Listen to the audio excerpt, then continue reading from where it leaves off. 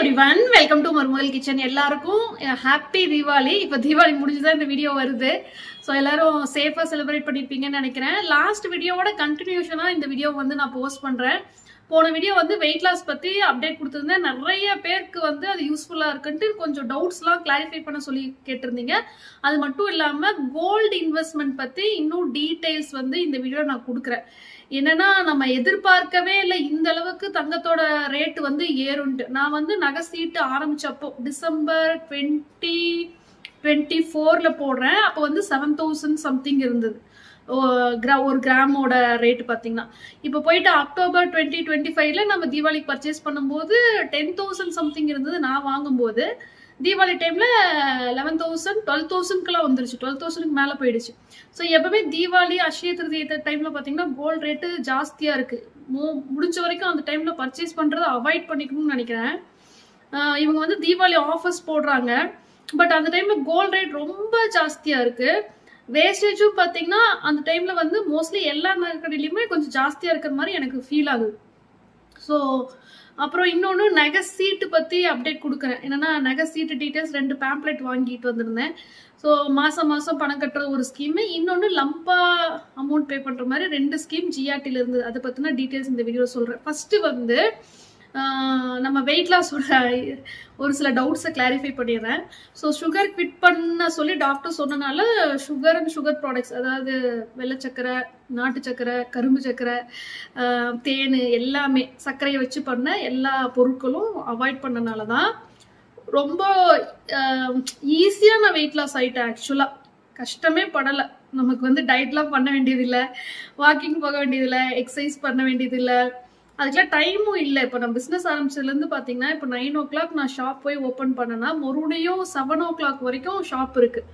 நடுவில் ஒரு 1 hour ஒரு 2:30 தான் நான் லஞ்சுக்கு வருவேன். வீட்டுக்கு வந்துட்டு சாப்பிட்டுட்டு மறுபடியும் ஒரு 3:30 போயிடுவேன். ஸோ காலையில் பிரேக்ஃபாஸ்ட் வந்து நான் ஒரு 8:30 சாப்பிட்டுறேன். அப்போ 2:30 வரைக்கும் நடுவில் பசிக்கும். நிறைய பேர் அந்த சர்க்கரை விட்டனால சுகர் கிரேவிங் இருக்கா, சாப்பிடணும், சுகர் சாப்பிடணும் இருக்கான்னு கேட்டிருந்தீங்க. ஆக்சுவலாக என்ன ஆகுதுன்னா இப்போ காஃபி டீ வந்து அசிடிட்டிக்காக தான் குவிட் பண்ணேன். வெறும் பால் வந்து காலையில எழுந்த உடனே பால் குடிச்சிட்டு தான் வேலை செய்ய ஆரம்பிப்பேன். என்னன்னா நமக்கு ஏதோ ஒரு சத்து வேணும். அப்போ வந்து காஃபி டீ குவிட் பண்ணனால என்ன ஆச்சுன்னா ஃபர்ஸ்ட் எனக்கு தோணுது எதுவுமே சாப்பிடாம பசிச்சுக்கிட்டே இருக்கிற மாதிரி இருந்தது. நாள் ஃபுல்லா பசியோடயே இருக்கிற மாதிரி எனக்கா தோணுச்சு. என்னன்னா நம்ம காலையில காஃபி குடிப்போம், ரொம்ப ரெஃப்ரெஷிங்கா ஃபீல் பண்ணுவேன். அப்புறம் எக்ஸாக்டா 11 to 11:30 காலேஜ்ல ஒர்க் பண்ணப்போ டீ குடிச்சாதான் வேலையே ஓடும். ஈவினிங் வந்துட்டு ஒரு காஃபி குடிச்சிட்டு தான் வேலையை பார்ப்பேன். ஸோ இப்படி பழகிட்டனால நமக்கு வந்து பிரேக்ஃபாஸ்ட்டுக்கும் லஞ்சுக்கும் நடுவுல ஒரு ஸ்நாக் வித் டீ எடுக்கிறதுனால பசியை வந்து மேனேஜ் பண்ண முடிஞ்சது. அதே மாதிரி ஈவினிங்கும் மேனேஜ் பண்ண முடிஞ்சது. ஆனா இப்ப வந்து அந்த காஃபி டீ கட் ஆனதுனால பசிச்சுக்கிட்டே இருக்கு. நிறைய பேருக்கு தெரியும் நம்ம காஃபியோ டீயோ எடுத்தா 1 hourக்கு வந்து அது பசியை கண்ட்ரோல் பண்ணுது. அப்ப வந்து நம்ம வேற ஏதாவது ஸ்நாக்ஸ்ன்னு போயிட்டோன்னா இந்த வெயிட் லாஸ் வந்து அர்த்தமே இல்லாம போயிடும். சுகர் கட் பண்ணதுக்கு அர்த்தமே இல்லாம போயிடும். எனக்கு எல்லா டாக்டர்ஸும் மாசி செக்அப் போயிருந்தப்போ ஜிகேஎன்எம் ஹாஸ்பிட்டல்ல நான் மீட் பண்ண மோஸ்ட் ஆஃப் த டாக்டர்ஸ் எனக்கு சொன்னது வந்து ஃப்ரூட்ஸ் நிறைய எடுங்க, ஃப்ரூட்ஸ் நிறைய எடுங்கன்னு சொல்லிட்டே இருந்தாங்க. பட் நமக்கு இருக்கிற வேலையில நான் வந்து பிஸ்னஸ் ஸ்டார்ட் பண்ணனால சொல்றேன். சப்போஸ் இல்லைன்னா கூட நான் வந்து டெய்லியுமே நிறைய ஃப்ரூட்ஸ் எடுத்திருப்பேன். பிஸ்னஸ் ஸ்டார்ட் பண்ணதுக்கு அப்புறம் என்னோட ஒரு லக்கு ஒண்ணு, இங்க வந்து பாத்தீங்கன்னா உட்மல்பேட்ல கட் ஃப்ரூட்ஸ் வந்து ஒரு பேக்கா ஒரு பாக்ஸ்ல ஸ்டெயின்லெஸ் ஸ்டீல் டிஃபன் பாக்ஸ்ல வந்து டெய்லியுமே சப்ளை பண்றாங்க. எனக்கு வந்து அந்த பேம்ப்ளெட் அவங்களோட நோட்டீஸ் கிடைச்சது, ரொம்ப சந்தோஷம். கால் பண்ணி சப்ஸ்கிரைப், அதாவது நம்ம வந்து ஒரு 10 நாளைக்கு பணம் கட்டிட்டோம்னா 10 நாளைக்கு வரும், இல்லை 1 month கூட பே பண்ணிக்கலாம். ஸோ ஃபர்ஸ்ட் பாக்ஸ் வந்து அவங்க ஒரு சாம்பிள் பாக்ஸ் மாதிரி கொடுத்தாங்க. 35 rupees ஒரு பாக்ஸ், இல்லை 50 rupees 2 கேட்டகரி வச்சிருந்தாங்க. நான் எடுத்தேன் 50 கொடுங்கன்னு சொல்லிட்டேன் நான். ஸோ 50 rupees பாக்ஸ்ல பாத்தீங்கன்னா மோஸ்ட்லி வாழைப்பழம் கண்டிப்பா இருக்கும், அப்புறம் வந்து திராட்சை இருக்கும், அது இல்லாம கொய்யா பழம், மாதுளை இருக்கும், ஒரு சில டைம் முளைக்கட்டினா பாசி பயிர் அதில் போட்டு கொடுத்தாங்க, ஒரு ஸ்வீட் கார்ன்ஸ் இருக்கும், அப்புறம் கொஞ்சம் பைனாப்பிள், இந்த மாதிரி மிக்சடா வந்துகிட்டே இருந்தது. ஸ்டார் ஃப்ரூட்டு, அத்திப்பழமா வந்தது, நாட் ட்ரைடு அத்திப்பழம், அத்திப்பழம், சப்போட்டா, எல்லா ஃப்ரூட்ஸுமே மிக்சடா டெய்லி வந்துகிட்டே இருந்தது. ஸோ எனக்கு வந்து அந்த ஃப்ரூட் பாக்ஸ் வந்து இப்போ 9 o'clock நான் ஒர்க் ஸ்டார்ட் பண்றேன்னா 2:30 வரைக்கும் நடுவில் வந்து நான் சாப்பிடுவேன். நல்லா ஃபில்லிங்கா இருக்கும். ஸோ இன்னொரு விஷயம், நம்ம வந்து பழத்துல வந்து வாழைப்பழத்தை கட் பண்ணணும் அப்படிலாம் இல்லை. நான் எல்லா ஃப்ரூட்ஸுமே சாப்பிட்டேன். ஃப்ரூட்ஸ் வந்து வெயிட் லாஸ்க்கு செம்மையா ஹெல்ப் பண்ணுது. நான் லாஸ்ட் வீடியோல சொல்ல மறந்துட்டேன். நீங்க என்ன ஃப்ரூட்ஸ் வேணாலும் எடுக்கலாம். ஃப்ரூட்ஸ் வந்து நல்ல ஃபைபர் கண்டென்ட் இருக்கு. அதாவது தேவையில்லாத கொழுப்பை வந்து கரைச்சிருது. டெய்லியுமே ஃப்ரூட்ஸ் எடுத்தீங்கன்னா நல்லா ஸ்கின் டோன் இம்ப்ரூவ் ஆகுது. அப்புறம் நிறைய விஷயங்கள் சத்து கிடைக்குது நமக்கு. அதுல நிறைய நியூட்ரிஷனல் பெனிஃபிட்ஸ் இருக்கு. அப்புறம் எந்த ஒரு ஃபுட்டையுமே நம்ம வந்து ஃபுட் ஐட்டமையே ஸ்கிப் பண்ணக்கூடாது. இந்த வெஜிடபிள் வேண்டாம், இந்த ஃப்ரூட் வேண்டாம், இந்த நான்வெஜ் வேண்டாம்னு சொல்லி நம்ம ஸ்கிப் பண்ணோம்னா, டயட்டுக்காக ஸ்கிப் பண்ணோம்னா அதோட சத்துக்கள் நமக்கு கிடைக்காம போயிடு. ஆனா சுகர் வந்து இட்ஸ் ஸ்லோ பாய்சன். அது ஒரு தேவையே இல்லாத பொருள். அதுல ஒரு சத்துமே கிடையாது. அது வந்து உடம்புக்கு கெடுதல் தான். அதை விட்டுட்டு மற்றது எல்லாமே நம்ம சாப்பிடலாம். ஆனா நான் சுகர் குவிட் பண்ணிட்டு ஃப்ரூட்ஸ் எடுக்க ஆரம்பிச்சேன். நீங்க வந்து ஃப்ரூட்ஸ் எடுக்கிறீங்க, சுகர் உங்களால குவிட் பண்ண முடியாதுன்னா நான் கொடுக்குற ஒரு சஜஷன் தான். டின்னர் வந்து ஒரு சில நாள் நம்ம ஸ்கிப் பண்ணிட்டு, ஒரு சில நாள் நமக்கு பசி கம்மியா இருக்கும். அந்த டைம்ல ஒரு பவுல் ஃபுல்லா ஃப்ரூட்ஸ் வந்து எடுக்கலாம். அப்படி எடுக்கும்போது கொஞ்சம் ஸ்லோவா வெயிட் லாஸ் ஆக ஆரம்பிக்கும். இது வந்து நான் ஏற்கனவே ட்ரை பண்ணதுதான். அப்புறம் கிரீன் டீயும் நல்லா வெயிட் லாஸ் ஹெல்ப் பண்ணும். கிரீன் டீ செம்ம எஃபெக்ட். ஆனா ரொம்ப ஹீட் எனக்கு சேரல. எனக்கு ஸ்கேல்ப்ல எல்லாம் வந்து கொப்பளெல்லாம் வர ஆரம்பிச்சிருச்சு. தலையில எல்லாம் முடி பயங்கரமா கொட்டுச்சு கிரீன் டீ குடிச்சா. ஆனா கிரீன் டீ வந்து நிறைய ஆன்டி ஆக்சிடென்ட்ஸ் இருக்கு. நல்லா வெயிட் லாஸ் ஹெல்ப் பண்ணும். நம்ம அதுல சுகர் தேன்லாம் ஆட் பண்ணாம வெறும் கிரீன் டீ எடுக்கலாம். ஸோ நீங்க வந்து இப்போ என்ன ஸ்கிரீன்ல பார்க்கும்போது உங்களுக்கு தெரியும், வெயிட்டா தான் 5 கிலோ கம்மியா இருக்கேன். ஆனா நேர்ல பாக்குறவங்களுக்கு நான் பாதியா இழைச்ச மாதிரி தெரியுது. இது வந்து எனக்கு ரொம்ப ஹாப்பியா இருக்கு. நிறைய ட்ரெஸ் வந்து போட முடியுது. XXL இல்லாம XXL எல்லாம் வாங்க முடியுது. இவ்வளோ ஈஸியா வெயிட் லாஸ் பண்ண முடியுதுன்னா அதுக்கு வந்து சுகர் குவிட் பண்ணாதான் காரணம். ஸோ நீங்க வந்து நான் சஜஸ்ட் பண்றது முடிஞ்ச வரைக்கும் சுகர் வந்து குவிட் பண்ண பாருங்க. இந்த ஃப்ரூட்ஸ் வந்து நிறைய எடுக்க பாருங்க. இங்கே அது வந்து ஒர்க் ஃப்ரம் ஹோம் ஐடியால கூட சொல்லலாம்னு இருந்தேன். இந்த மாதிரி கட் ஃப்ரூட்ஸை வந்து டாக்டர்ஸ்க்கெல்லாம் சப்ளை பண்றாங்க. அதுலயே பாத்தீங்கன்னா முளைக்கட்டின பயிறு, அப்புறம் சத்து மாவு கஞ்சி பிளாஸ்க்ல கொண்டு வந்து தராங்க. பட் ஒரு விஷயம், சத்து மாவு வந்து நம்ம நிறைய சத்து கிடைக்கும் சாப்பிடும் போது. ஆனா அது கஞ்சியா நீங்க எடுத்தீங்கன்னா, எந்த ஒரு ஃபுட் ஐட்டமையுமே செமி சாலிடா கஞ்சியா எடுத்தீங்கன்னா அது வெயிட் போடும். இது வந்து GKNMல எனக்கு டயட்டீஷியன் கன்சல்டேஷன் இருந்தனால அவங்க சொன்னது. தண்ணியை தவிர வேற எதுவுமே நம்ம லிக்விடா எடுக்கவே கூடாது. ஃப்ரூட்ஸும் ஃப்ரூட்டா தான் எடுக்கணும், ஃப்ரூட் ஜூஸா எடுக்கக்கூடாது. சர்க்கரை இல்லாம கூட நம்ம ஃப்ரூட் ஜூஸ் எடுக்கக்கூடாது. ஏன்னா ஃபைபர் கண்டென்ட் போயிடுது ஜூஸா போடும்போது.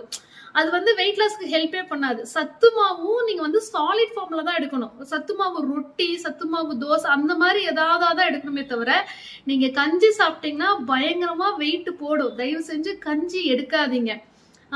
இதெல்லாம் தான் நான் மோஸ்ட்லி நான் குவிட் பண்ணது சுகர் தான். மற்றபடி மட்டன் அவ்வளவா நான் எடுக்கிறது இல்லை. ஏன்னா அதுல வந்து நிறைய ஃபேட் கண்டென்ட் இருக்கு. வீடியோ லென்த்தா போகுது. இன்னொரு தி இண்டஸ் வேலி வெப்சைட்ல இருந்து 2 ப்ராடக்ட்ஸ் ஆர்டர் பண்ணியிருந்தது ரிசீவ் பண்ணியிருந்தேன். அதை பத்தின ஒரு சின்ன ரிவ்யூ பார்த்துடலாம். ஒன்று வந்து பார்த்தீங்கன்னா ஸ்கொயர் டைப்ல இருக்கிற கேஸ்ட் அயர்ன் பனியாரக்கல், இன்னொன்று வந்து ட்ரைப்ளை ஸ்டெயின்லெஸ் ஸ்டீல் கடாய். இங்கே உடுமல்பேட்டில் பனியாரக்கல் இல்லை, அதனால இது ஆர்டர் பண்ணியிருந்தேன். நல்ல குவாலிட்டி. இது வந்து ப்ரீ சீசன்டு. இந்த தடவை பார்த்தீங்கன்னா நான் சீசனிங் எதுவுமே செய்யாமல் ஜஸ்ட் வாஷ் பண்ணிட்டு உங்களுக்கு இதில் பனியாரம் செஞ்சு காட்டுறேன். பின்னாடி வந்து நம்ம ஸ்டவ்வில் வைக்கும்போது சுத்தமாக ஆடாமல் இருக்கிறதுக்கு அந்த ஸ்கொயர் மாதிரி ஒன்று கொடுத்துருக்காங்க. எப்பவுமே பனியாரக்கல் வந்து நம்ம கேஸ் ஸ்டவ்வில் வச்சு சமைக்கும் போது ஆடிச்சு அப்படின்னா ரொம்ப கஷ்டம் நம்ம அதில் பனியாரம் செய்யறது. பட் இது வந்து நல்ல குவாலிட்டியா இருக்கு. ஹெவி பாட்டம், 2 சைடு ஹேண்டிலோட வந்திருக்கு. இது வந்து ட்ரைப்ளை ஸ்டெயின்லெஸ் ஸ்டீல் கடாய். உள்ள வந்து மேட் பினிஷ் கொடுத்துருக்காங்க. நல்லா டீப்பா இருக்கு. ஆக்சுவலா இதுல பாத்தீங்கன்னா நம்ம அகலமாவும் இருக்கிறதுனால மீன் குழம்பு, முட்டை உடைச்சு ஊத்தின குழம்பு இதெல்லாம் சூப்பரா செய்ய முடியும். அந்த ஹேண்டில்ஸே பாத்தீங்கன்னா ஒரு மாதிரி கர்வ்டா வந்திருந்தது. பார்க்கறதுக்கு நல்ல எலகண்ட் லுக்கா இருந்தது. இது அப்படியே சர்விங் பாட்டா கூட யூஸ் பண்ணிக்கலாம். வித் லிட்டோட வந்திருக்கு. ஸோ இதுலேயும் ஒரு ரெசிபி செய்ய போகிறோம். காலையில் பிரேக்ஃபாஸ்ட் பார்த்தீங்கன்னா ஜீவனுக்கு வந்து பணியாரம் செஞ்சுட்டு மத்தியானம் லஞ்ச் பாக்ஸ்க்கு வந்து புளிசாதம் தான் தாளிக்க போகிறேன். ஸோ இப்போ வந்து என்ன பண்ணியிருக்கேன்னு பார்த்தீங்கன்னா ஃபர்ஸ்ட் டே நைட்டே நல்லா பனியாரக்கல்லை வந்து ஸ்க்ரப் பண்ணி வாஷ் பண்ணிட்டேன் சோப் வாட்டரில். அதுக்கப்புறமா ஹீட் பண்ணிவிட்டு ஆயில் வந்து அப்ளை பண்ணிவிட்டு நைட்டு ஃபுல்லாக அப்படியே விட்டுறணும். இந்த ஆயில் வந்து நல்லா அந்த கல்லில் சோக் ஆகணும். இதுக்கு முன்னாடியெல்லாம் பார்த்தீங்கன்னா நான் சின்ன வெங்காயம் போட்டு வதக்கி எடுப்பேன். இந்த தடவை அந்த மாதிரி செய்யலை. என்னன்னா அவங்களே ப்ரீ சீசன்னு மென்ஷன் பண்ணிட்டாங்க, சீசனிங் பண்ண தேவையே இல்லை. நெக்ஸ்ட் டே மார்னிங் வந்து அதை அப்படியே எடுத்து வச்சு பணியாரம் ஊற்றி பார்த்தேன். சரி நான்ஸ்டிக்குன்னு கிளைம் பண்ணுறாங்க, அந்த மாதிரி வருதான்னு பார்க்கலான்னு ஃபர்ஸ்ட் டைம் நான் சீசனிங் எதுவுமே பண்ணாமல் டைரெக்டாக வந்து ரெசிபி செஞ்சு காட்டியிருக்கேன். ஸோ பார்த்தீங்கன்னா கேஸ் ஸ்டவ்வில் வச்சுருக்கேன், சுத்தமாக ஆடலை. அந்த பேக் சைடில் வந்து அந்த ஸ்கொயர் மாதிரி கொடுத்ததுனால தான் ஷேக் ஆகாமல் இருக்குது. டக்குன்னு வந்து பணியாரம் திருப்ப வந்துருச்சு. நான் உண்மையாகவே எக்ஸ்பெக்ட் பண்ணல. அது வந்து அந்த அளவுக்கு குவாலிட்டியாக இருக்குது, ஹெவி பாட்டமாக இருக்குது. உள்ளே வந்து அந்த ஃபினிஷிங் நல்லா இருக்குது. அந்த ஒரு ஒரு புளியும் பார்த்தீங்கன்னா நல்லா அந்த போரஸாக இல்லை, சின்ன சின்னதாக போரஸாக ஓட்ட மாதிரி இருந்துச்சுன்னா ஒட்டிக்கும், அப்படியே வந்துருச்சு. ஸோ ஈஸியாக இருக்குது, நம்ம வாங்கின உடனே சமைக்க ஆரம்பிச்சிடலாம். ஆனால் நைட்டு நான் சொன்ன மாதிரி எண்ணெய் தடவி வச்சுட்டு நெக்ஸ்ட் டே மார்னிங் நீங்கள் வந்து செய்யலாம். பணியாரம் செஞ்சதுக்கு அப்புறமா வாஷ் பண்ணிவிட்டு மறுபடியும் ஆயில் அப்ளை பண்ணி எடுத்து வைங்க. அப்போ தான் நெக்ஸ்ட் டைம் உங்களுக்கு இந்த மாதிரி நான்ஸ்டிக் மாதிரி ஒட்டாமல் வரும். ஸோ மத்தியானம் லஞ்ச் பாக்ஸுக்கு பார்த்தீங்கன்னா சிம்பிளாக ஒரு புளி சாதம் தான் இன்றைக்கி செய்கிறேன். கடாயில் வந்து நல்லெண்ணெய் ஊற்றிருக்கேன், கடுகு, கடலப்பருப்பு, பெரிய வெங்காயம் ஒன்று வதக்கிட்டு, கருவேப்பிலை, அப்புறம் காரத்துக்கு வந்து ரெட் சில்லிஸ் ஆட் பண்ணி வதக்க போகிறேன். இந்த குழிவாக இருக்கிறதுனால, டீப்பாகவும் உள்ள மேட் ஃபினிஷும் இருக்கிறனால வதக்கிறதுக்கெல்லாம் ரொம்ப நல்லா இருக்குது, சீக்கிரமாக ஹீட் ஆயிரும். ட்ரைப்ளை ஸ்டெயின்லெஸ் ஸ்டீல்னால் உங்களுக்கு 3 லேயர் வந்திருக்கும், உள்ளேயும் வெளியும் ஸ்டெயின்லெஸ் ஸ்டீல், மிடில் வந்து அலுமினியம் இருக்கும். ஹீட் வந்து ஈவனாக ஸ்ப்ரெட் ஆகும், கீழே மட்டும் ஒரு ஹீட்டு, மேலே சைடில் ஹீட்டு கம்மி அப்படி இருக்காது. அதுதான் ட்ரைப்ளை ஸ்டெயின்லெஸ் ஸ்டீலோட அட்வான்டேஜே. இன்னொன்று ஃபுட் கிரேட் ஸ்டெயின்லெஸ் ஸ்டீலில் பண்ணியிருக்காங்க. உங்களுக்கு ஃபுட் கிரேட்னாவே கொஞ்சம் காஸ்ட்லியாக தான் இருக்கும். எவ்வளோ வந்து சூடானாலும் இந்த ஸ்டெயின்லெஸ் ஸ்டீல் வந்து ஃபுட் கூட ரியாக்ட் ஆகாது, அதுதான் நமக்கு முக்கியம். ஏன்னா நிக்கல், குரோமியம் எல்லாம் சேர்த்து தான் ஸ்டெயின்லெஸ் ஸ்டீல் வந்து செய்கிறாங்க. அந்த நிக்கல் அண்ட் குரோமியமோட அளவு வந்து கம்மியாக இருக்கணும், அப்போ தான் அது வந்து உங்களுக்கு ஃபுட் ப்ராடக்ட்குள்ளே லீச் ஆகாது. ஸோ புளியோதரை வந்து கம்ப்ளீட் ஆயிடுச்சு. இந்த ப்ராடக்ட்டை வந்து நீங்கள் பர்ச்சேஸ் பண்ண விரும்புனீங்கன்னா கீழே டிஸ்கிரிப்ஷன் பாக்ஸில் பர்ச்சேஸ் லிங்க்ஸ் கொடுத்துருக்கேன். என்னோட கூப்பன் கோடு யூஸ் பண்ணிங்கன்னா உங்களுக்கு எக்ஸ்ட்ரா 12% டிஸ்கவுண்ட்டும் கிடைக்கும்.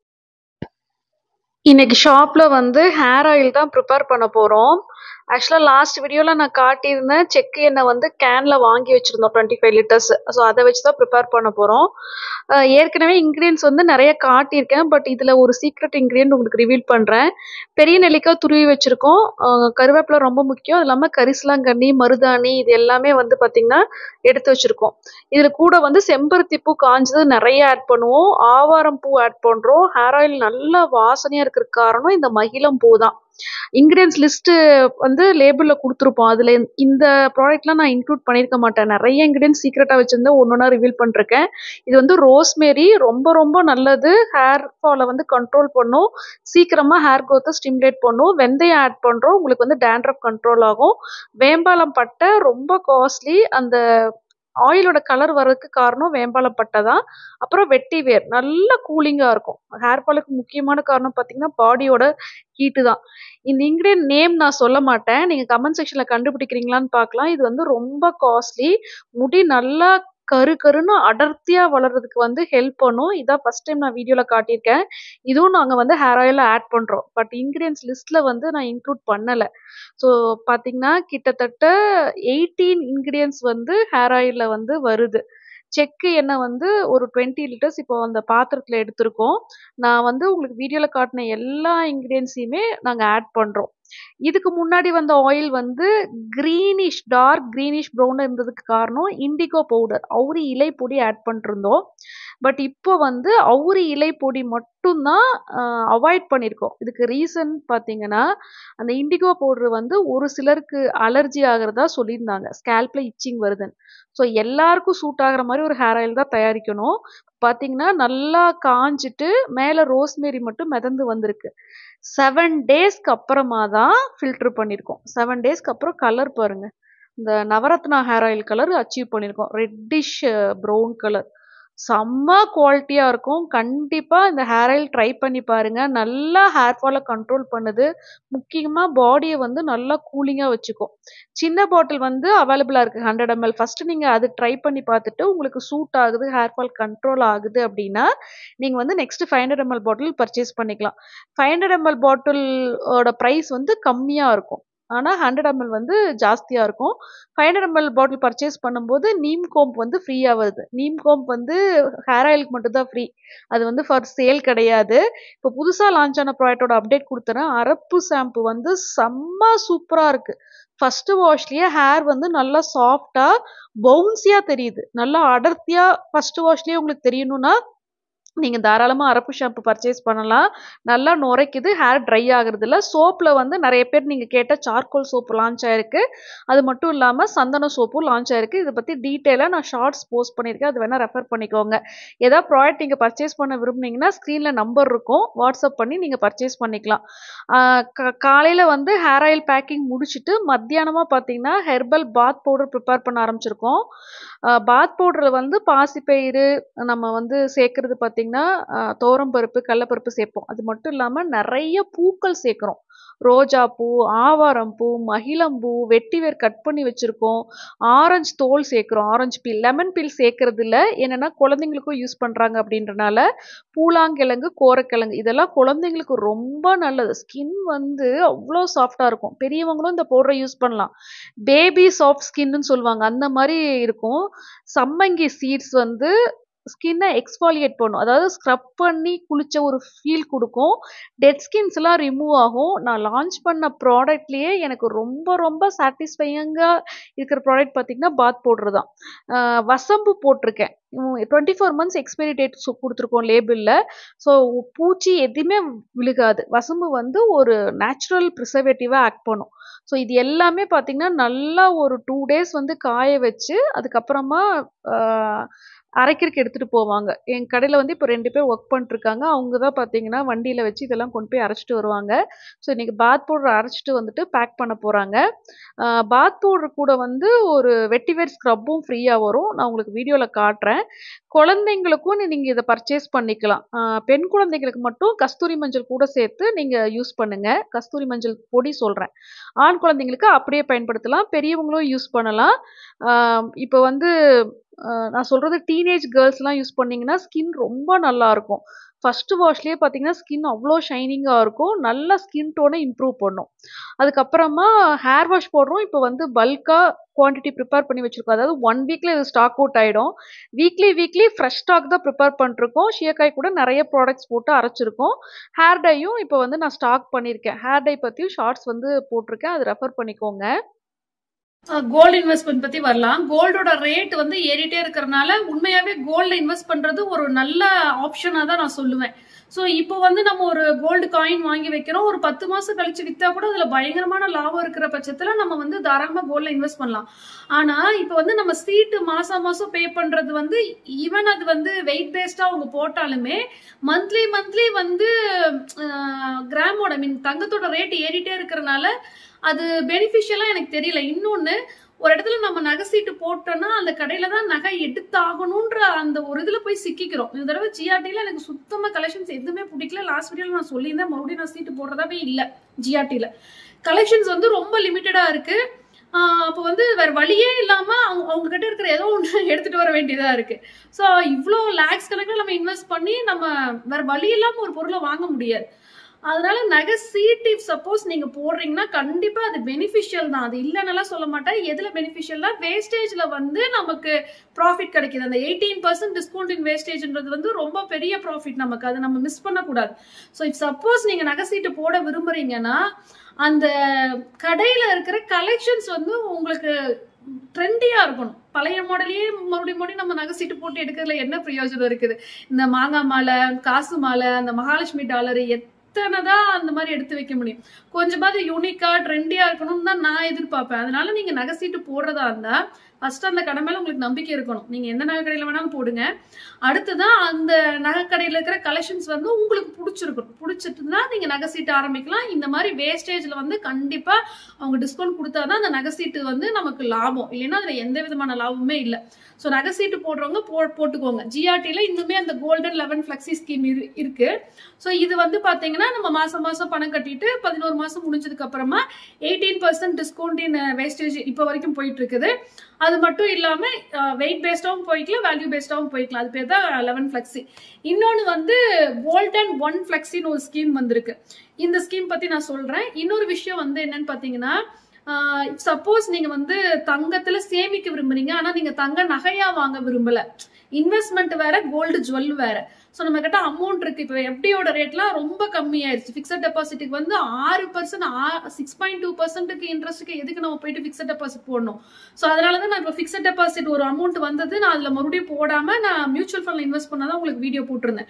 ஸோ ஃபிக்ஸட் டெபாசிட் வந்து ஒரு ராங்கான ஆப்ஷன். அது இப்போதைக்கு ஃபிக்ஸட் டெபாசிட் வந்து பாத்தீங்கன்னா 7%க்கு மேல இன்ட்ரெஸ்ட் ரேட் இருந்தாதான், அட்லீஸ்ட் நான் இதுக்கு முன்னாடி போட்டதெல்லாம் 7.7% இருந்தது. 7.4 மினிமம் 7.4 7.5 இருந்தா தான் நான் இன்வெஸ்ட் பண்ணுவேன். அதோட கம்மியா இன்வெஸ்ட் பண்றது வேஸ்ட். ஸோ இந்த மாதிரி தப்பெல்லாம் பண்ணிடாதீங்க. இன்வெஸ்ட்மெண்ட்டை பொறுத்த வரைக்கும் சொல்றேன் நான், இன்ட்ரெஸ்ட் ரேட் ரொம்ப ரொம்ப முக்கியம். அப்போ நம்ம வந்து வேற ஆப்ஷன் பார்க்கும்போது மியூச்சுவல் ஃபண்ட் வந்து பெரிய மார்க்கெட் ரிஸ்க் இருக்கு. நிறைய பேர் அதை பத்தி டீடைல் வீடியோ கேட்டிருக்கீங்க. அது ரொம்ப பெரிய ரிஸ்க் இருக்கு. நமக்கு அசலுக்கே வந்து பாதகமா போகலாம். நான் இன்னொரு நாள் அதை பத்தி டீட்டெயிலா சொல்றேன். ஸோ அப்போ வந்து கோல்டு இன்வெஸ்ட்மெண்ட் ஒரு பெஸ்ட் ஆப்ஷன் தான். அப்போ கோல்டு ரேட் ஏறிட்டே இருக்கிறனால அப்போ நம்ம என்ன பண்ணலாம்னா, நகை சீட்டு போடுறது ஒரு ஆப்ஷனா வச்சுக்கிட்டீங்கன்னா, சப்போஸ் ஜுவல் எடுக்கிறீங்க அப்படின்னா ஓகே. ஜுவல் எடுக்கல, எனக்கு வந்து கோல்ட்ல இன்வெஸ்ட் பண்ணணுன்றவங்க இந்த டைம்ல நீங்க தாராளமா இன்வெஸ்ட் பண்ணலாம். அதுக்கு வந்து காயின்ஸாவும் எடுத்து வச்சுக்கலாம். நமக்கு வந்து இந்த மாசம் ஒரு 10,000 ரூபாய் கையில லம்பா ஒரு அமௌண்ட் இருக்குன்னா நம்ம போயிட்டு காயினா எடுத்து வச்சுக்கலாம். ஆனா காயின்ல வந்து 2% டை சார்ஜஸ்னு போடுவாங்க. DYE டை சார்ஜஸ்னு போடுவாங்க. 3% GST போடுவாங்க. ஸோ டோட்டலா 5% நம்ம எக்ஸ்ட்ரா கொடுத்து எடுக்கிறோம். ஆனா அந்த காயின் வந்து இன்னைக்கு ஒரு 10,000 ரூபாய்க்கு எடுக்கிறோம், ஒரு 2 வருஷம் கழிச்சு சேல் பண்ணும்போது அந்த காயினோட வேல்யூ வந்து ஒரு 25,000 ரூபாய போயிருச்சுன்னு வச்சுக்கோங்களேன். எவ்வளவு பெரிய லாபம் அது. சோ அப்போ அப்படி பார்க்கும்போது நமக்கு போடுற அந்த 5% எக்ஸ்ட்ரா சார்ஜஸ் வந்து நெக்லிஜிபிளா போகுது. இன்னைக்கு கோல்டு ரேட் இப்படி ஏறிட்டு இருக்கிறதுனால சொல்றேன். இதே 2 வருஷத்துக்கு முன்னாடி நான் கோல்டு காயின்ல வந்து இந்த மாதிரி 2% டை சார்ஜஸும் 3% GST இருக்கு. அதனால கேர்ஃபுல்லா இருங்க. நீங்க காயின் வாங்கினீங்கன்னா ஒரு 5 வருஷம் கழிச்சு சேல் பண்ணாதான் லாபம்னு சொல்லியிருந்தேன். ஆனா இன்னைக்கு கோல்டு ரேட் ஏறதுனால இன்னைக்கு நம்ம காயின் வாங்கி 2 இயர்ஸ் கழிச்சு சேல் பண்ணும் போதே அந்த லாபம் நமக்கு கிடைச்சிருது. ஸோ இப்போ கோல்டு ரேட் ஏறனால நம்ம காயின்ல இன்வெஸ்ட் பண்ணலாம். இது ஒரு ஆப்ஷன். இன்னொன்னு வந்து பாத்தீங்கன்னா, பெரிய நகையா வாங்குறதை விட இப்போ பெண் குழந்தையெல்லாம் வச்சிருக்கீங்க அப்படின்னா, இந்த மாதிரி நகை சீட்டு போட்டு ஒரு கடையில கலெக்ஷனே இல்லாம போய் மாட்டிக்கிறதுக்கு பதிலா நீங்க வந்து உங்க வீட்டு பக்கத்திலேயே இருக்கிற கடைகள்ல ஃபர்ஸ்ட் நோட் பண்ணி வைங்க, என்ன மாதிரி கலெக்ஷன்ஸ் இருக்கு, எவ்வளவு வேஸ்டேஜ் போடுறாங்க அப்படின்னா. குட்டி குட்டி நகையா வாங்கி வச்சுக்கிறதுல வந்து ஒன்றும் பிரச்சனை இல்லை. நம்ம வந்து daily wear chain, stud, ring, இந்த மாதிரி சின்ன சின்ன ஐட்டம்ஸ் ஒரு பவுனை விட கம்மியா நான் சொல்றேன். ஒரு இப்போ ஸ்டட் எல்லாம் பாத்தீங்கன்னா உங்களுக்கு கம்மியா தான் வரும் ஒரு பவுனை விட. அதே மாதிரி செயின் மேக்சிமம் ஒரு 6 to 7 கிராம் வரும்னு வச்சுக்கோங்களேன். இப்போ நான் GRTல வந்து ஒரு செயின் பிக்சர் காட்டியிருந்தேன் பட்டர்ஃபிளை பெண்டன்டோட. அதை விட்டுட்டு வந்துட்டு இப்போ வரைக்கும் நான் ஃபீல் பண்றேன். என்னன்னா டெய்லியுமே ஒரே பெண்டன்ட் போட்டுட்டு இருக்க மாதிரி இருக்கு. இது டைமண்ட் ரொம்ப நாள் முன்னாடி நான் வாங்கினது, ஒரு 3 years இதையே போட்டுட்டு இருக்கேன். சோ மாத்தி போடலாம் ஆப்ஷனுக்காக நான் அது பாத்துருந்தேன். பட் அப்போதே கேஷ் இல்ல. பட் இருந்தாலும் எனக்கு அது ரொம்ப பிடிச்சிருந்தது. சோ இப்ப என்ன நினைச்சிட்டு இருக்கேன்னா, அந்த மாதிரி ஏதாவது ஒரு சின்ன சின்ன நகையா நம்ம எடுத்து வச்சுக்கிட்டோம் அப்படின்னா அதுவும் நமக்கு வந்து லம்பா மறுபடியும் ஒரு 5 years கழிச்சு பார்க்கும்போது அதோட வேல்யூவும் ஏறி இருக்கும். சோ ஒரு ஆப்ஷன் என்னன்னா, நீங்க கோல்டு காயினா எடுத்து வச்சுக்கலாம். இன்னொரு ஆப்ஷன் சின்ன சின்ன நகையா முடியும் போது வாங்கி வச்சுக்கோங்க. முடிஞ்ச வரைக்கும் வேஸ்டேஜ் கம்மியா இருக்கிற மாதிரி பார்த்து எடுத்துக்கோங்க. பெருசா நமக்கு நஷ்டம் ஆகாது. ஏன்னா கோல்டு ரேட் ஏறிட்டு இருக்கு. இல்லைன்னா நீங்க நகை சீட்டு போடுங்க. நகை சீட்டு போட்டீங்கன்னா ஜுவல் எடுக்கிறதா பெஸ்ட். நீங்க காயினுக்கு போகாதீங்க. நகை சீட்டு போட்டீங்கன்னா அந்த 18% டிஸ்கவுண்ட் இன் வேஸ்டேஜ் வந்து நமக்கு நஷ்டமாயிடும். சோ எப்பவுமே நகை சீட்டு போட்டீங்கன்னா நகை வாங்குங்க. காயினா எடுக்கிறீங்கன்னா நீங்க மாசம் மாசம் நகை சீட்டுக்கு கட்டுற அமௌண்ட்டை காயினாவே எடுத்து வச்சுக்கலாம். நம்ம என்னைக்கு வேணாலும் ஒரு 10 வருஷம் கழிச்சு 20 வருஷம் கழிச்சு கூட அந்த காயினை கொடுத்து நம்ம ஜுவல்லா மாத்திக்கலாம்.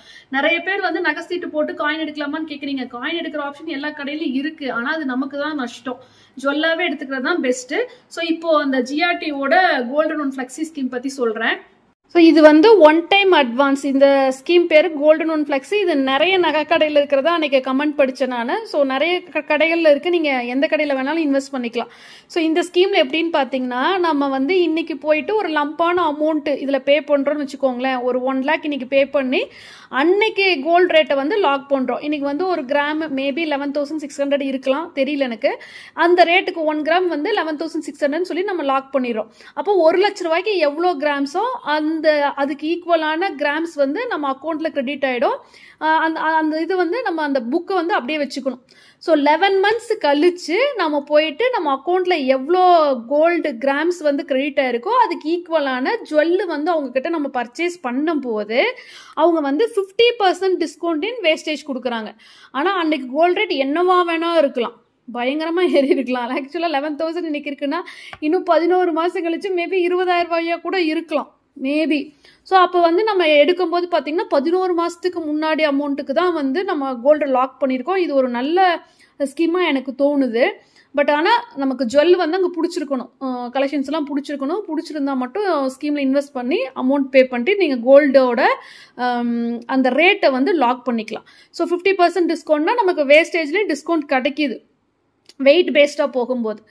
வேல்யூ பேஸ்ட் அவங்க எப்படி போகிறாங்கன்னு பார்த்தீங்கன்னா, இஃப் சப்போஸ் இது நடக்கவே போகிறதில்ல, இருந்தாலும் அப்படி ஒரு ஆப்ஷன் வச்சுருக்காங்க. நம்ம இன்னைக்கு ரேட்டுக்கு வந்து கட்டுறோம், 11,000 ரூபாய் சம்திங் இருக்குது ஒரு கிராம். 11 மாதம் கழிச்சு போய் பார்க்கும்போது இஃப் சப்போஸ் நம்ம அப்போ பே பண்ண ரேட்டை விட கம்மியாக போயிருந்தா, மேபி 10,000 ரூபாய்க்கு இறங்கியிருந்தா 11 மாதம் கழிச்சு, எனக்கு அப்படி தோணவே இல்லை. அப்படி இறங்கி இருக்கிற பட்சத்தில் நம்ம வந்து அன்னைக்கு ஜாஸ்தியாக பே பண்ணி கோல்ட் ரேட்டை வந்து லாக் பண்ணிட்டோம் இல்லையா. ஸோ இப்போ கம்மியாயிருச்சு அப்படின்ற பட்சத்தில் அவங்க value based போவாங்களாம்.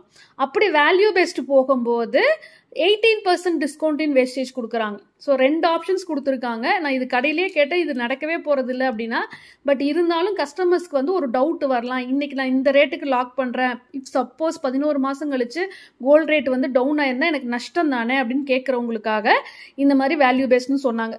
So gold investment best. நான் ஒரு சின்ன சின்ன டிப்ஸாக ஒரு 3 டைப்ஸ் ஆஃப் கோல்டு இன்வெஸ்ட்மெண்ட் உங்களுக்கு சொல்லியிருக்கேன். ஒன்று வந்து நகை சீட்டு போட்டு நகை வாங்குறது, அதில் நமக்கு உண்மையாகவே அந்த வேஸ்டேஜ் வந்து டிஸ்கவுண்ட்டாக கிடைக்கிது. 2வது ஆப்ஷன் உங்களுக்கு நான் கோல்டு காயின் சொல்லியிருக்கேன். 3வது ஆப்ஷன் வந்து இந்த கோல்டன் ஒன் ஃப்ளெக்ஸி ஸ்கீம் சொல்லியிருக்கேன், ஒன் டைம் இன்வெஸ்ட்மெண்ட்டு. இன்னொரு 4வது ஆப்ஷனாக சின்ன சின்ன நகைங்க நமக்கு வந்து வேஸ்டேஜ் கம்மியாக ஒரு 10% 11%க்குள்ளே எடுத்து வச்சுக்கிறது வந்து நல்ல விஷயம் தான். ஏன்னா கோல்ட் ரேட் ஏறிட்டே இருக்குது. ஸோ இந்த மாதிரி 4 டிப்ஸ் உங்களுக்கு சொல்லியிருக்கேன். முடிஞ்ச வரைக்கும் சேமித்து தங்கத்தில் வந்து இன்வெஸ்ட் பண்ண பாருங்கள். அப்புறம் இன்னொரு சின்ன விஷயம் சொல்லிடுறேன். இந்த கோல்டன் 11 ஃப்ளெக்ஸி, அதாவது ஒன் டைம் மட்டும் இன்வெஸ்ட் பண்ணுறது, இதில் மினிமம் அமௌண்ட் பார்த்தீங்கன்னா 25,000 மென்ஷன் பண்ணியிருக்காங்க. அப்புறம் அதில் வந்து நம்ம லாக் பண்ணிக்கிறோம் இல்லையா, 11 மாதம் கழிச்சு கோல்டு ஜுவல்லரியும் எடுக்கலாம், டைமண்ட் ஜுவல்லரியும் எடுக்கலாம், சில்வர் ஆர்டிகல்ஸும் எடுக்கலாம், கோல்டு காயினும் எடுக்கலாம். அதில் வந்து வேஸ்டேஜில் டிஸ்கவுண்ட், நம்ம நகை சீட்டு போட்டு எப்படி வேஸ்டேஜில் டிஸ்கவுண்ட் இருக்கோ அந்த மாதிரியே எல்லாத்துலேயுமே டிஸ்கவுண்ட் கொடுக்குறாங்க. காயினாக வேணாலும் எடுத்துக்கலாம். இந்த ஸ்கீமில் 11 மாதத்துக்கு முன்னாடி ஐ மீன் இந்த தடவை வந்து அமௌண்ட் பே பண்ணி கோல்டு ரேட்டை வந்து லாக் பண்ணிட்டு 11 months கழிச்சு கோல்டு காயின் வந்து 11 மாதத்துக்கு முன்னாடி என்ன ரேட் இருந்ததோ அந்த ரேட்டுக்கு காயின் எடுத்துக்கிறோம். அப்படி கோல்டு காயின் எடுக்கும்போது வேஸ்டேஜ் மட்டும் வராது, அந்த டை சார்ஜஸ் வராது. ஆனால் 3% ஜிஎஸ்டி வந்து காமன், அது கவர்மெண்ட் சொல்கிறது. ஸோ நம்ம எப்படி போய் பர்ச்சேஸ் பண்ணாலும், நகை சீட்டு போட்டு வாங்கினாலும், நகை சீட்டு போடாமல் வாங்கினாலும் 3% ஜிஎஸ்டி வந்து நீங்கள் என்ன ஐட்டம் வாங்கினாலும் வரும். காயின் வாங்கினாலும் வரும், தங்க நகை, வெள்ளி, டைமண்ட் எது வாங்கினாலும் உங்களுக்கு ஜிஎஸ்டி வரும்.